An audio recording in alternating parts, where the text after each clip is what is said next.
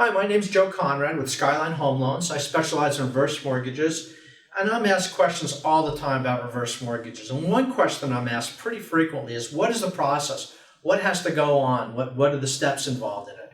And I'm going to quickly go through the steps without a lot of details because there are a lot of parts of it.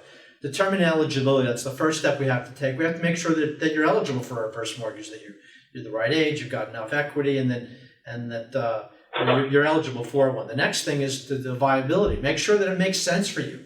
Make sure that it's going to be a benefit to you and to your family as a solution. So that's an important step, obviously. The next step is you engage in counseling. So once we determine it's viable and you want to move ahead, we give you the name of some counseling companies. You call one up and they do counseling. And it's a really good process because they educate you additionally in terms of what I've told you, because you're hearing things for the first time. And it's good to hear it more than once because it'll really sink in when you hear somebody else telling you the same things that I've been telling you, or your mortgage plan or whoever you're working with tells you, as far as what the components of it are, what to look out for, what are the good elements, what you should be careful about. Once you've done the counseling, we can take a loan application, but we can't actually begin the process for 8 days. Right now, that's the regulations. From the time of the date of your counseling to the time we can actually order an appraisal is 8 days. We're not allowed to. It's a good cooling off period for you to make sure that you're comfortable with it. It's something you want to move ahead with.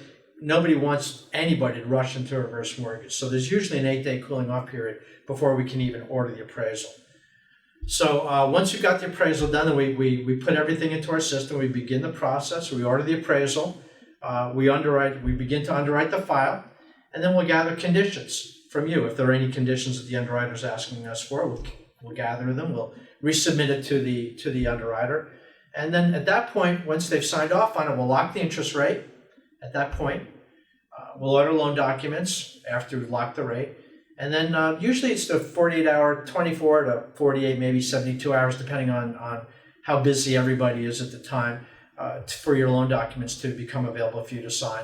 And then you have a 3-day right of rescission assuming it's a refinance. If it's a purchase, you don't need to have a right of rescission. With refinance, you have a 3-day right of rescission once you've signed loan documents for the loan to fund. So once the loan's funded, then it records the next day, and that's when funds are dispersed. That's kind of the process and what it looks like. Thank you. Also want to mention I got a website, Joe the Reverse Mortgage Guy. Check it out. It's got a lot of good, useful information. Calculators, more questions, more answers, and I think you'll like it. Thank you.